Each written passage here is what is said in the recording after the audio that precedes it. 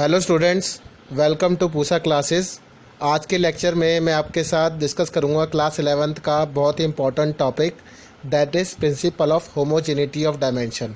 ठीक है, according to the principle of homogeneity of dimension हमें क्या पता है कि कोई भी इक्वेशन है, कैसी इक्वेशन, फिजिकल इक्वेशन, वो डायमेंशनली करेक्ट होनी चाहिए if the left hand side of the equation equals to the right hand side. मतलब कोई भी अगर मेरे पास इक्वेशन है, let us suppose v equals to u plus AT लिखा हुआ है, तो ये जो लेफ्ट हैंड साइड पर टर्म है, राइट हैंड साइड और प्लस के बाद जो टर्म है, इन सब का सेम डायमेंशनल फॉर्मूला होना चाहिए। तो अब देखिए, अब मैं इसकी डेफिनेशन को डिस्कस करता हूँ।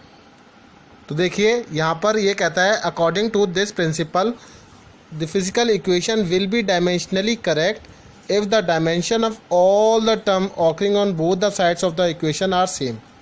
ठीक है, तो कोई भी डायमेंशनली करेक्ट कब होगी, कोई भी physical equation, if the dimension of all the terms occurring on both the sides of the equation are same.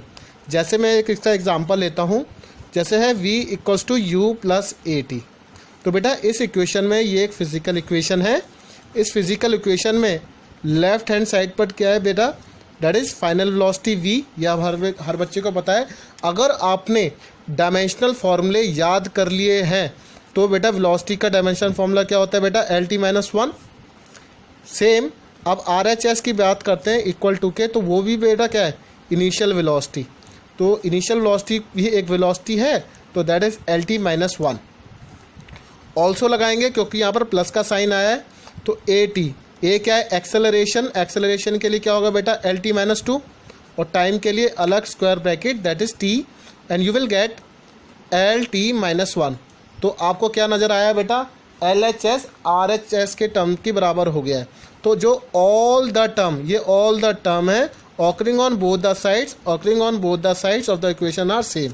तो देयरफॉर LHS किसकी बराबर हो गया बेटा, RHS की बराबर।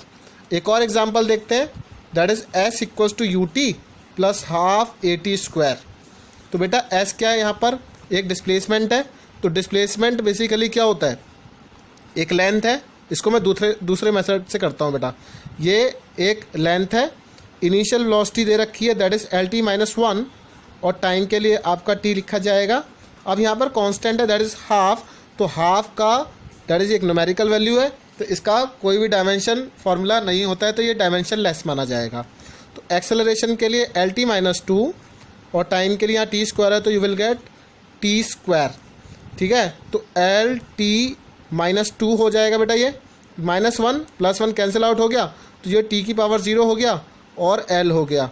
तो यहाँ पर L हो गया LHS में, प्लस यहाँ पर मैं L T की पावर 0 हो गया ना, तो किसी की भी पावर 0 1 होता है, तो बेटा L प्लस L, और ये भी हो गया L। तो प्रिंसिपल ऑफ होमोजेनिटी एक और बात बताता है कि बेटा L प्लस L L की बराबर होता है डायमेंशनली। तो देयरफॉर लेफ्ट हैंड साइड जो है वो किसकी बराबर आ गई आपकी बेटा, राइट हैंड साइड की बराबर। ओके, तो ये भी फिजिकल इक्वेशन कैसी है, डायमेंशनली करेक्ट। अब इसका यहाँ पर एक और एग्जांपल देखते हैं। इस एग्जांपल में ये कहता है कि F इक्वल्स टू MA बताइए। अब बेटा LHS में क्या लिखा हुआ है बेटा, फोर्स है। फोर्स के लिए जो डायमेंशनल फॉर्मूला होगा क्या होगा, MLT-2। ओके, अब यहाँ पर कितना लिखा हुआ है बेटा, MLT-2। अब RHS पर आते हैं। RHS में क्या लिखा है, मास इनटू एक्सेलरेशन। तो जस्ट मैं इसको करूँगा तो बेटा क्या बन जाएगा, ये मास के लिए M बॉक्स बनेगा, एक्सेलरेशन के लिए LT-2। तो इसको जब मैं एक ब्रैकेट में करूँगा तो MLT-2। ओके, सिमिलरली तो अब ये देखो LHS RHS की बराबर हो गया, तो ये डायमेंशनली करेक्ट है।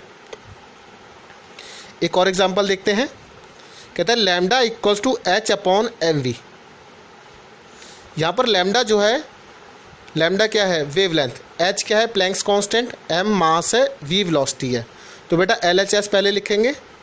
LHS में क्या लिखा हुआ है बेटा, लैम्डा एक लेंथ है, तो इसलिए मैंने यहाँ पर L लिख दिया। अब RHS पर आते हैं।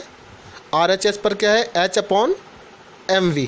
ओके, तो यहाँ पर डायमेंशनल फार्मूला जो होगा प्लैंक्स कांस्टेंट के लिए क्या होता है, ml/t-1। आई होप कि आपने डायमेंशनल फार्मूले साथ साथ में याद भी कर लिए होंगे।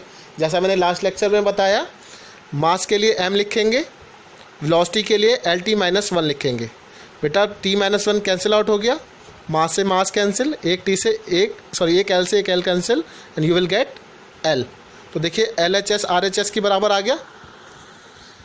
ठीक है, तो अब है नेक्स्ट एग्जाम्पल, एक और एग्जाम्पल देखते हैं। कहता है v² - u² = 2as। ये भी थोड़ा जेन्युइन एग्जाम्पल है। v फाइनल वेलोसिटी है, u इनिशियल वेलोसिटी है, 2as।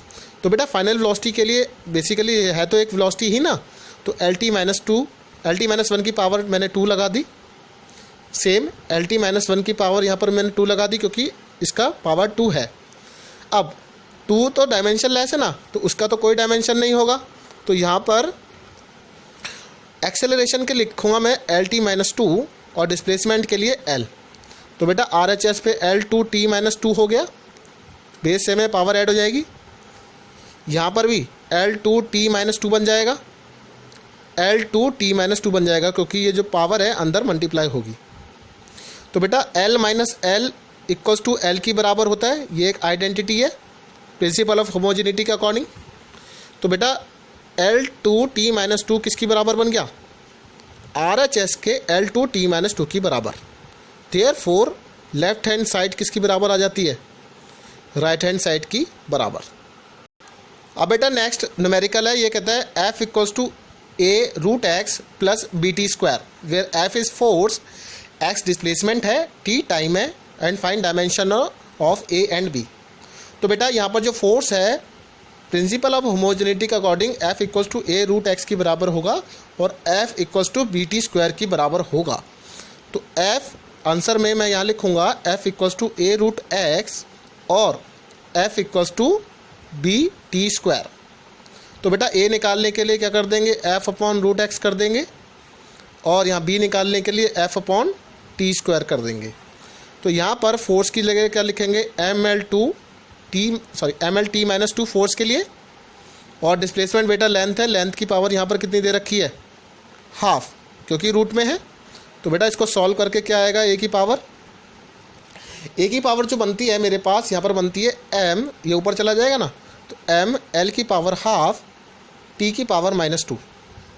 ओके, सिमिलरली b की जब निकालेंगे तो m lt-2, ये तो हो गया फोर्स अपॉन t का स्क्वायर, तो b m l t की पावर कितना हो गया बेटा, -4।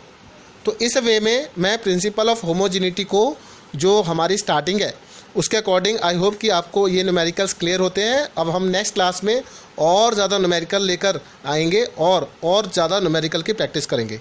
Thank you very much.